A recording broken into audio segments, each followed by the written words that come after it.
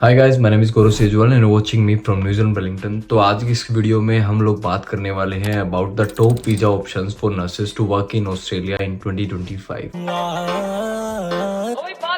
I am going to break down all the visa options available for you, their eligibility criteria, as well as I'm going to tell you which visa option would be the best for you. Before starting this video, I'm going to make a disclaimer over here. I'm not a licensed immigration advisor. जो भी इस video में मैं आप लोगों को बताने वाला हूँ वो मैंने इंटरनेट से कलेक्ट की है। And before making any decision better कि आप इमिग्रेशन की वेबसाइट पे जाके चेक कर लो या फिर किसी लाइसेंस इमिग्रेशन एडवाइजर से एक बार डिस्कस कर लो। तो भाई सबसे पहले अगर मैं बात करता हूँ कि ऑस्ट्रेलिया ही क्यों, तो भाई ऑस्ट्रेलिया जाने का जो सबसे मेन रीजन है आप लोगों के पास, पहला वो कि अभी न्यूजीलैंड में जॉब्स की सिचुएशन वो इतनी ज़्यादा अच्छी नहीं है। तो न्यूजीलैंड का रजिस्ट्रेशन लेने के बाद you can transfer that registration to Australia and that's how you will secure a job over there, because Australia काफ़ी बड़ा है और जॉब अपॉर्चुनिटीज वहाँ पे न्यूजीलैंड के कंपेरेटिव ज़्यादा है। सेकंड थिंग, वहाँ पे भाई हाई पे रेट है फिलहाल। न्यूजीलैंड के कंपेरेटिव अगर मैं बात करूँ तो आपको 10 या 15% ज़्यादा ही पैसे मिलेंगे। वही अगर करियर ग्रोथ की बात करूँ तो ऐसा नहीं है कि आप सेम रोल पे स्टिक होकर रहोगे, तो वहाँ पे आपको करियर ग्रोथ देखने को मिलेगी।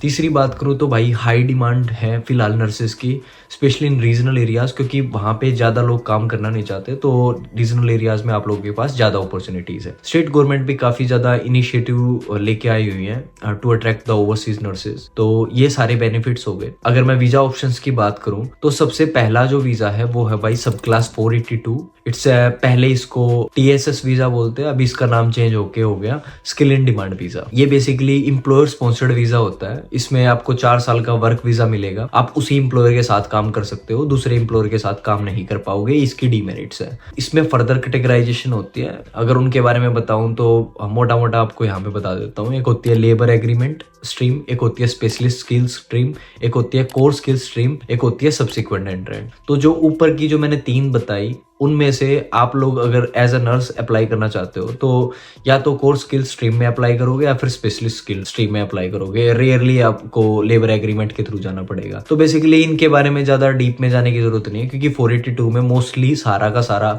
जो खर्चा होता है वो एम्प्लॉयर खुद ही उठाता है। तो आप लोगों को चिंता करने की जरूरत नहीं है, क्योंकि आपकी जेब से तो कोई पैसा जा ही नहीं रहा। वही अगर मैं आपके स्पाउस की बात करूं, चाहे वो आपके हस्बैंड है चाहे वो आपकी वाइफ है, तो यहाँ पे उनके लिए भी ये इन्होंने वीजा ऑप्शन दे रखा है सब्सिक्वेंट एंट्रेंट वाला। आप उनको लेके जा सकते हो। उनके पास फुल वर्किंग राइट्स होंगे। आप सिर्फ इसी एम्प्लॉयर के साथ काम करोगे जो आपको स्पॉन्सर करेगा, लेकिन उनके पास फुल वर्किंग राइट्स होंगे, तो वो किसी भी एम्प्लॉयर के साथ काम कर सकते हैं। अगर बात करूं मैं इसकी रिक्वायरमेंट की, तो सबसे पहले आप लोगों के पास आफरा का रजिस्ट्रेशन होना चाहिए। उसके बाद मैं बात करूं कि आपके पास स्पॉन्सरशिप होनी चाहिए उस पर्टिकुलर एम्प्लॉयर से। अगर मैं नेक्स्ट ऑप्शन की बात करूं तो ये है भाई 186 वीजा, एम्प्लॉयर नॉमिनेशन स्कीम होती है। इसमें फर्दर कैटेगराइजेशन होती है लाइक डायरेक्ट एंट्री या फिर TRT।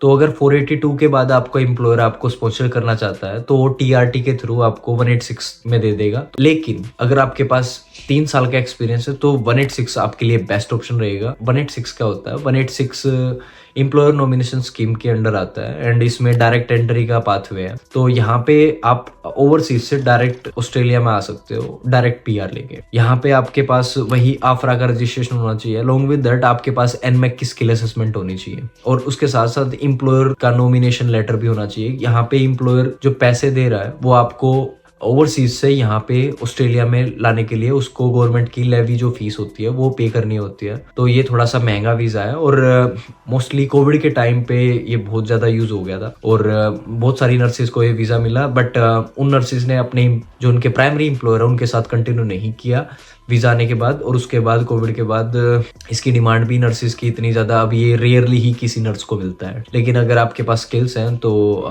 नथिंग इज इम्पॉसिबल, आप इस वीजा के लिए भी ट्राई कर सकते हो। इस वीजा का सबसे ज्यादा अच्छा फायदा यही है कि आपको डायरेक्ट PR मिल जाती है and you can work with any of the employer. Although इसमें जो ऑब्लिगेशन होती है वो ये होती है कि आपको उस एम्प्लॉयर के साथ 2 साल काम करना है, लेकिन ये रिटर्न ऑब्लिगेशन नहीं होती, इट्स अ मोरल ऑब्लिगेशन। तो आपकी मर्जी है, आप करना चाहो तो करो। अगर PR एक बार आ गई तो किसी एम्प्लॉयर की इतनी हिम्मत नहीं है, वो ऑस्ट्रेलियन इमिग्रेशन को ये बोल दे कि इसका PR कैंसिल कर दो। समझ रहे हो मेरी बात? थर्ड जो है वो भाई पॉइंट बेस्ड कैटेगरी के अंदर अब हम बात करेंगे। ये है सब क्लास 189। ये बेसिकली पॉइंट बेस्ड कैटेगरी है। यहाँ पे आपको किसी भी एम्प्लॉयर की कोई स्पॉन्सरशिप की जरूरत नहीं है। यहाँ पे आपके पास NMAC की पॉजिटिव स्किल असेसमेंट होनी चाहिए, आफरा का रजिस्ट्रेशन होना चाहिए, और आपके जो पॉइंट्स है बेसिकली ऑस्ट्रेलिया में EOI होता है, ठीक है, एक्सप्रेशन ऑफ इंटरेस्ट, वहां पे आपके पॉइंट बनते हैं। तो अगर आपके पॉइंट इनफ है तो आप 189 के साथ जा सकते हो and you are good to go. You don't need anybody sponsorship, ठीक है। अब जो नेक्स्ट जो वीजा है वो है स्टेट नॉमिनेशन वीजा, और ये है अंडर सब क्लास 190। बेसिकली आपको एक स्टेट नॉमिनेट करेगी, ठीक है। आपने EOI में डाला, ऑस्ट्रेलिया में डिफरेंट स्टेट्स है, तो अगर आपको जैसे विक्टोरिया ने आपका नॉमिनेशन सेलेक्ट कर लिया तो विक्टोरिया आपको 190 के लिए स्पॉन्सरशिप दे देगी, और आपको किसी एम्प्लॉयर की जरूरत नहीं है, डायरेक्ट स्टेट ने ही आपको स्पॉन्सरशिप दे दी and you are good to go. Requirements वही हैं, आपका आफरा होना चाहिए, NMAC होना चाहिए। नेक्स्ट जो वीजा है वो है रीजनल स्किल्ड वीजा। ये बेसिकली 491 होता है, सब क्लास 491 काफी पॉपुलर वीजा होता है। तो इसमें क्या होता है भाई, इसमें आपको किसी भी एम्प्लॉयर के साथ बंधने की जरूरत नहीं है। बेसिकली स्टेट आपको स्पॉन्सरशिप कर रही है, लेकिन इस वीजा की जो डीमेरिट्स है वो ये है कि आप सिर्फ रीजनल एरिया में काम कर सकते हो। और सच बताऊं तो ऑस्ट्रेलिया में सिडनी, मेलबर्न और एक दो जगह को और छोड़ के बाकी सारा ही ऑस्ट्रेलिया रीजनल में ही आता है, तो you are good to go. इसके साथ साथ आप अपने पार्टनर को भी इसमें ऐड कर सकते हो, तो this visa is quite good. इस वीजा की जो मेन रिक्वायरमेंट वो ये होती है कि आपके पॉइंट इनफ होने चाहिए, आपके पास स्टेट स्पॉन्सरशिप होनी चाहिए। This visa is also leading to the PR pathway. The next one is working holiday visa. ये बेसिकली सब क्लास 417 और 462 के अंदर आता है। बहुत ही लिमिटेड कंट्रीज हैं इसमें, ठीक है, वर्किंग हॉलीडे के अंदर आती है। जो बेसिकली गोरे जो होते हैं, जो इंग्लिश स्पीकिंग कंट्रीज से आते हैं, तो वही इस वीजा का फायदा उठाते हैं। ये 2 या 3 साल के नाम का मिलता है। ये एक लिमिटेड टाइम के लिए मिलता है, और इसमें वो उनके पास अनलिमिटेड वर्किंग आवर्स होते हैं और किसी भी एम्प्लॉयर के साथ काम कर सकते हैं। तो बेसिकली हम इंडियंस, पाकिस्तानी, बांग्लादेशियों के लिए ये वीजा बना ही नहीं है। अब बात करता हूँ कि इतने सारे मैंने वीजा के ऑप्शन बता दिए, which will be the best option for you. So in order to choose the right visa you have to think about your goals. अगर आप ऐसा सोच रहे हो कि आपका शॉर्ट टर्म गोल है तो आप कोई भी वीजा लो, आपके लिए सारे के सारे काम करेंगे। वही अगर आप परमानेंट सेटल होना चाहते हो तो आप जो वीजा परमानेंट कैटेगरी के हैं उनकी तरफ जाना ही आपके लिए बेस्ट ऑप्शन रहेगा। सेकंड थिंग, एलिजिबिलिटी क्राइटेरिया भी आपके पास आपका मीट होना चाहिए। लाइक अगर मैं परमानेंट रेजिडेंसी की बात करूँ तो हमारे पास स्टेट स्पॉन्सर्ड भी है और एम्प्लॉयर स्पॉन्सर्ड भी है। तो स्टेट स्पॉन्सर्ड के लिए आपके पास एक्सपीरियंस होना चाहिए, आपके पॉइंट्स पूरे होने चाहिए। वही अगर एम्प्लॉयर स्पॉन्सरशिप की बात करूँ तो कम से कम अगर आपके पास 1 साल का एक्सपीरियंस है तो आप 482 के लिए जा सकते हो। अगर उसके ज्यादा का एक्सपीरियंस है, लाइक 3 साल का है, तो आप 186 के लिए जा सकते हो। तो ये तो हो गई भाई वीजा की बात और कौन सा चूज करना चाहिए कौन सा नहीं। अब मैं आपको एक काम की बात बताता हूँ। सबसे पहले तो जैसे ही आपका न्यूजीलैंड का रजिस्ट्रेशन आता है, you can straight away transfer that registration to Australia. अगर आपने न्यूजीलैंड के रास्ते को चूज किया है ऑस्ट्रेलिया का रजिस्ट्रेशन लेने के लिए, उसके बाद अगर आपका IELTS PT OET का स्कोर नहीं है तो बेटर कि आप PT दे दो। PT बहुत ज़्यादा इजी है, 1 हफ्ते में आपका एग्जाम भी क्लियर हो जाएगा, प्रिपरेशन भी कर लोगे, बहुत इजी है। तीसरी, अपनी NMAC की स्किल असेसमेंट रेडी रखो, ठीक है।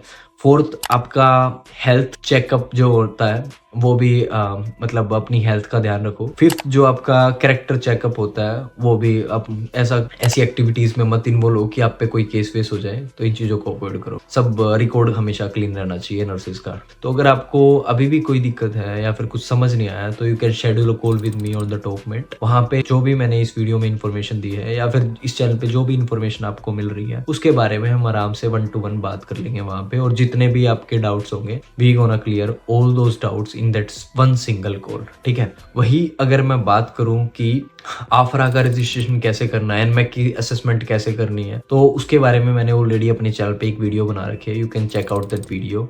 मेरे को इंस्टाग्राम पे फॉलो कर लो and share this video with your family and friends. किसी नेक्स्ट टॉपिक पे वीडियो चाहिए you can comment below this video. अपना ख्याल रखो, अपना ख्याल रखो। मिलते हैं आप लोगों को नेक्स्ट वीडियो में, तब तक के लिए Ram Ram, thank you. Signing off, कोरो सेजवाल।